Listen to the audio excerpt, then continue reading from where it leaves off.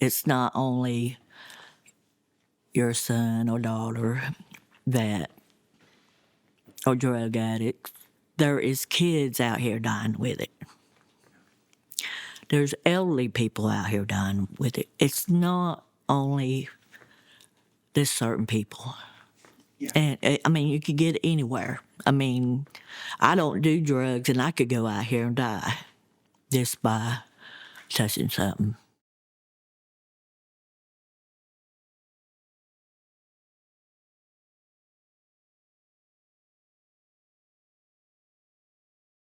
I've had to watch my aunt suffer and my cousin while trying to battle my own grief and dealing with walking in that day and hearing my aunt scream.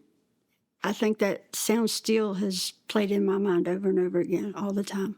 And I never want to hear anybody do that. He's a good kid.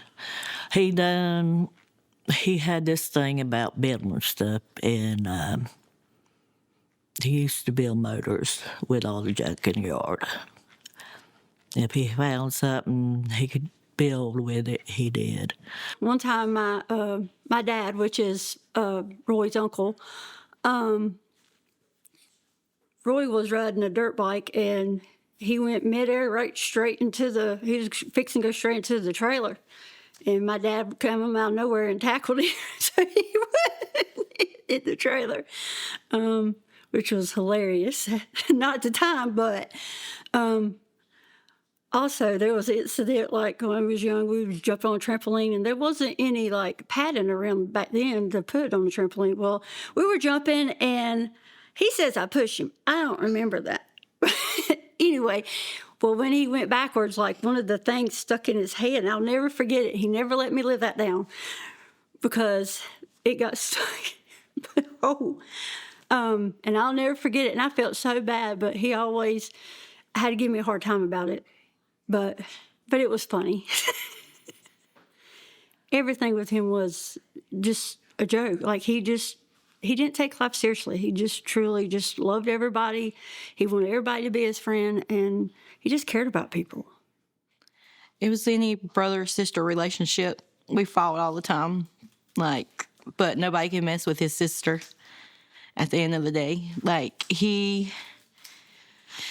We would chase each other around and hit each other and be mean to each other and everything else. And he ended up going into the military. He played football first and done all kinds of other stuff like wrestling and stuff growing up. He was good in school. He'd played all the sports. He played football. He was good at football. He was on track. He worked out. So he done good. He wound up in the Marines, and he lost a lot of weight. He was a wrestler. And there's 2 boys that helped him lose all the weight. So he went down from 250 pounds to hardly nothing. He lost a lot of weight to get into the military because he wanted to go into the military. So when he was at Paris Island, it was funny because my dad picked him out from all these Marines because of his big old Wilson head. That's what my dad said. It was his big old Wilson head. We all got big old heads, and it was just funny because that's how he picked them out from everybody in there, all these Marines. He always tried to help people. He pulled a girl off the street. She's only 16 years old. And got her off drugs. And now she's doing so good for her life. He done a lot of that, so understanding why he did it, I don't know. But I think there was more to his death than it showed. He wasn't in the fentanyl at all. He was doing meth, but Roy had, and a lot of people don't know it, when he was in the Marines, they found a spot on his brain, which I knew when he was younger he had it, but they told us in the MRI that it's no problem. Well, the Marines said it was a problem. Roy was kind of like he was a kid. He could tell you stories that wasn't true. So I think drugs didn't help him. And I wish they could get this off the streets, and I think they can, and they're not trying. And they didn't help him, at all. I mean, I wish they could do more. And I think they can, if they're not trying. Well, he wound up disabled. Yeah, because of what was going on in his head. And, everybody didn't realize I pulled out his military papers, and he had a lot wrong with him. A lot. And one of them was in his head. And that's one reason he would tell you stories. And a lot of people would argue with him. And I didn't know it, but he did say there was something wrong. But I would tell people, don't argue with him. That's his story. And, but it's like sometimes I come home and he'd be laying on my couch and he wanted me to watch a movie with him. He seemed fine. And I would cook supper for him. But I know he's at the age he should have known better. But then I think his mind wasn't to know. I mean, there's people out there using them a lot. And I don't think he understood that. And matter of fact, he couldn't have his own check. Somebody else had to take it. I mean, his sister had it deposit in her account because he couldn't, they didn't want him to have it. And I tried to tell him, you need to quit letting people use you. But he didn't understand that. But he would come to me and say, Mama, such and such wants to come over. What do you think? I said, no. And then he come back and he said, well, they won't stop calling me. I said, Roy, no. And he would go get them and hide them.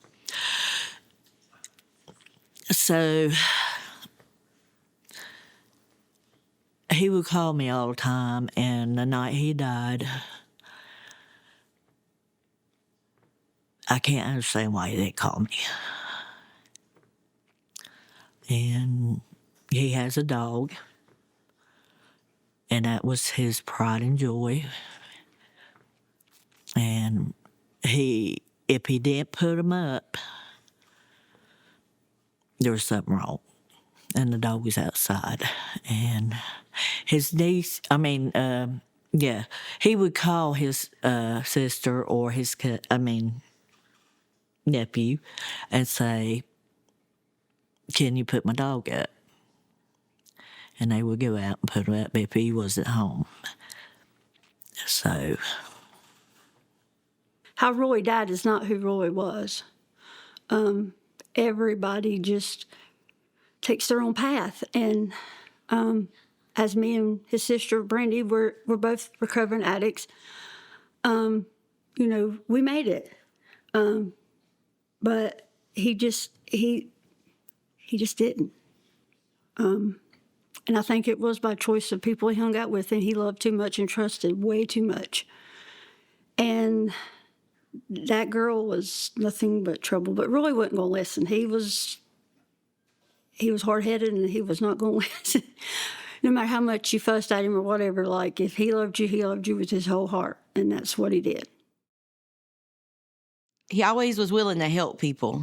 Like, no matter what, he would give you the shirt off his back. No matter who you was, what you did to him, he would always do something to help somebody. And addiction ran in our family. So, yeah, he ended up starting to do certain stuff, started doing certain drugs and stuff. But, like, he would always get away from it there for a while and then would go back to it. Like, he wasn't like the rest, like me and my sister and stuff. And it was kind of hard because seeing him do stuff, because he was doing so good for his life and stuff at one point in time. And I guess it's a lot of stress and stuff from coming out the military and doing all that. So he ended up, after that, he come home, and he ended up getting him a place, and he ended up having he was always well liked. Everybody liked him. He was the ladies' man. That's what everybody used to call him, the ladies' man, because he would always have him a little girlfriend or always something. And he was just my little brother. He was my little big brother. That's what I used to call him, because he was bigger than me. And we would still argue all the time. He would come in my house and steal Dr. Peppers and food and stuff sometimes, and I would argue with him about it, and my kids would laugh about it. They thought it was so funny. Uncle Roy came in and took drinks and stuff from Mama. He was really good to my kids. He was like a father figure to them, because none of my kids had their dad in their life, and he was always there for my kids and his kids. So he was more like a uncle daddy kind of to them. But he ended up meeting this one girl, and he ended up getting on meth real bad. And he ended up getting sick there for a while and ended up in the hospital. And when he ended up in the hospital, he was like on his deathbed. And they told him then that he wasn't able to go back out and use or anything like that. So he ended up coming out, and we thought he was going to do good and stuff. Well, he got back with the girl, and he ended up using some more. But he ended up trying to get her into getting some help, too, while he was sick and there for a while. And she would end up leaving the place that he would take her for help. And my brother was always, like, trying to help somebody. And, like, he really loved her a lot, and she ended up leaving him there that morning that he passed away. I really didn't have an encounter with her until after he died, because she took his truck. And she took his truck and left with it the whole day. Well, anyway, she was texting my aunt, checking on Roy and all this, when she already knew that he had died. I don't know why she did it, other than she was just terrorizing my aunt. So that's when I'd had enough, and I messaged her. I said, the best thing you can do is keep your mouth shut. And she did not like what I had to say. She's like, I don't know who you are, but I was just checking on Roy. When she already knew Roy was dead. She knew Roy was dead when she took off with his truck, and they didn't even get his truck back until that night. And that was because Brandy's son had to pretend he was Roy, just to get her to come back to the house. Okay, Roy has a daughter named Natalie. She, her mom worked with me, and I was just back there working, and she come up to me, and she was crying, and I already knew it. I had been preparing myself for that for a long time, so I already knew. She said he's dead, and I just lost it. Like, I just dropped to my knees right there at work. And once I was able to drive, I drove straight over there to them, straight over there. And I probably was there for days on end just because that's my family, and I love them, and I wanted to support them. And because they didn't deserve that. And he didn't deserve what he went through and what they had to see. I got the phone call while I was at work. I was supposed to be at work at 5 o'clock in the morning. I was sitting in my best friend's car, and my son called me and told me that my brother wasn't going to make it. And I was like, what are you talking about? And he told me that she left him laying there, that she called the police and gave a false name to him, told him that she supposedly Narcaned him like 3 times or something like that. But she ended up leaving him laying there, took his truck and left him laying there. It was only a few steps from my mama's house. Like, she could have went in and woke my mama up or something like that and told my mama to get up and try to give him mouth to mouth or something like that while the police was on the way. If she didn't want to be there, then she could have left after she woke my mother up, but she didn't do that.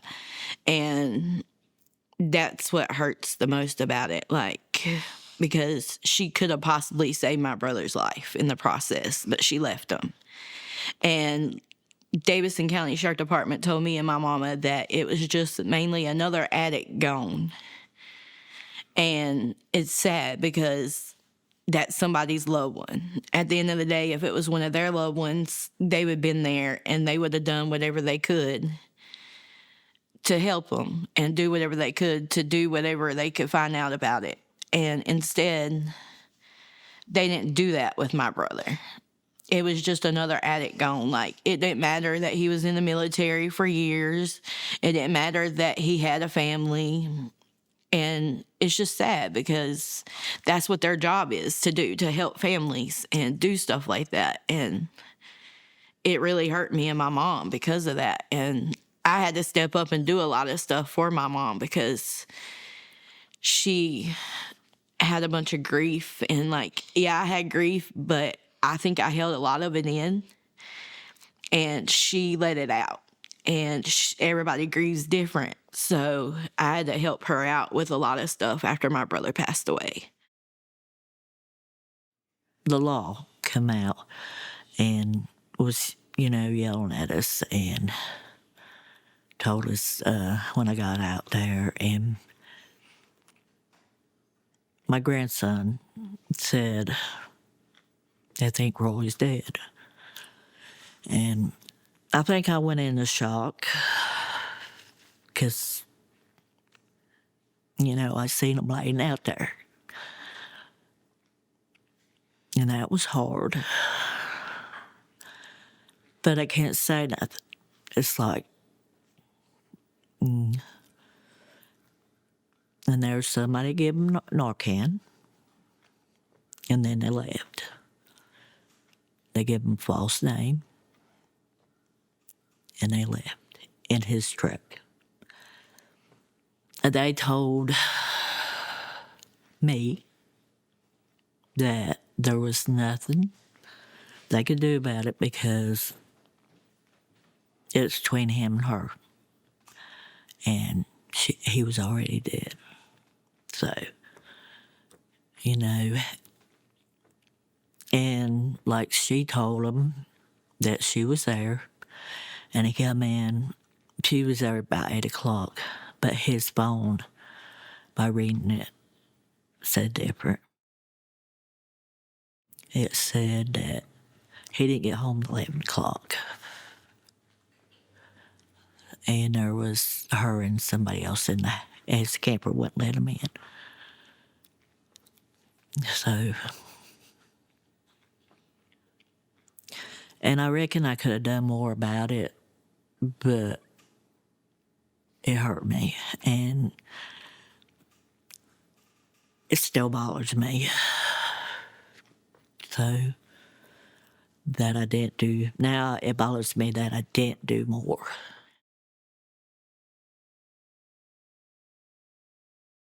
Still dealing with it. every day, but we do something for him every year, for his birthday and for his death day. I usually have cake and have friends over, and we release balloons or do different stuff like that. We have food, and we all talk about him and laugh and cut up about stuff that he used to do. Like, he used to run out of gas all the time and call us at different times of night because he would run out of gas. And it was just, and some of his stories, we would laugh about them. And then Lexi here, she always talks about how he used to buy her toys and how much she loved them because he always brought her toys and always done everything for her. And she just smiles and she cries sometimes and she has dreams about him. And it's just really hard to see my kids go through stuff like that too. Like, they have different stories of their uncle, and listening to them and talk about him and stuff, we just want to make his memory stay alive, even though he's gone. Like, we just want to keep it alive. It can happen to anybody.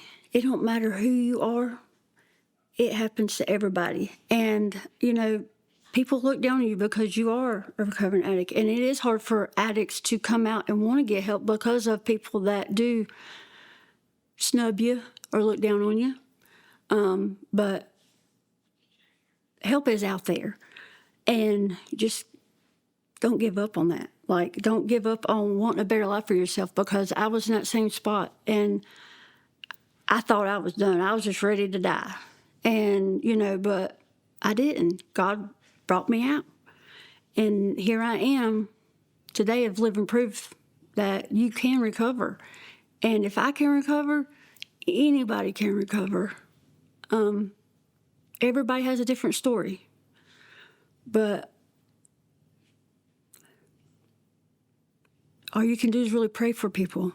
And I had a grandma as a prayer warrior to help. And I want people to know that these are people, these are real people. These are people that have a life. And just because they're addicts, that don't make them any less. They're still human. If something happens, call the cops. Like, stay there with the person till they get there. Give them mouth to mouth, give them Narcan, do whatever you have to do to help that person. I don't care what's going on in your mind. I don't care if you got warrants out for your arrest. I don't care if there's drugs there or whatever. Save that person's life, because that person does have a family. Do something that you would want somebody to do for you, like to save your life, and stay there with you. And recovery is possible because I'm in recovery. So at the end of the day, stop using, stop doing it. Like, it's out there. There's all kinds of resources out there to help you to get away from it. I wish people would learn that it's out here. It's out here bad. Real bad. But people ain't learning that. And I wish they would. The law knows it. But people don't know it. They think, well, it's not going to happen to my kid. Or it ain't going to happen to my mama. It's not going to happen. But it can. And when it happens to them, they're going to see it.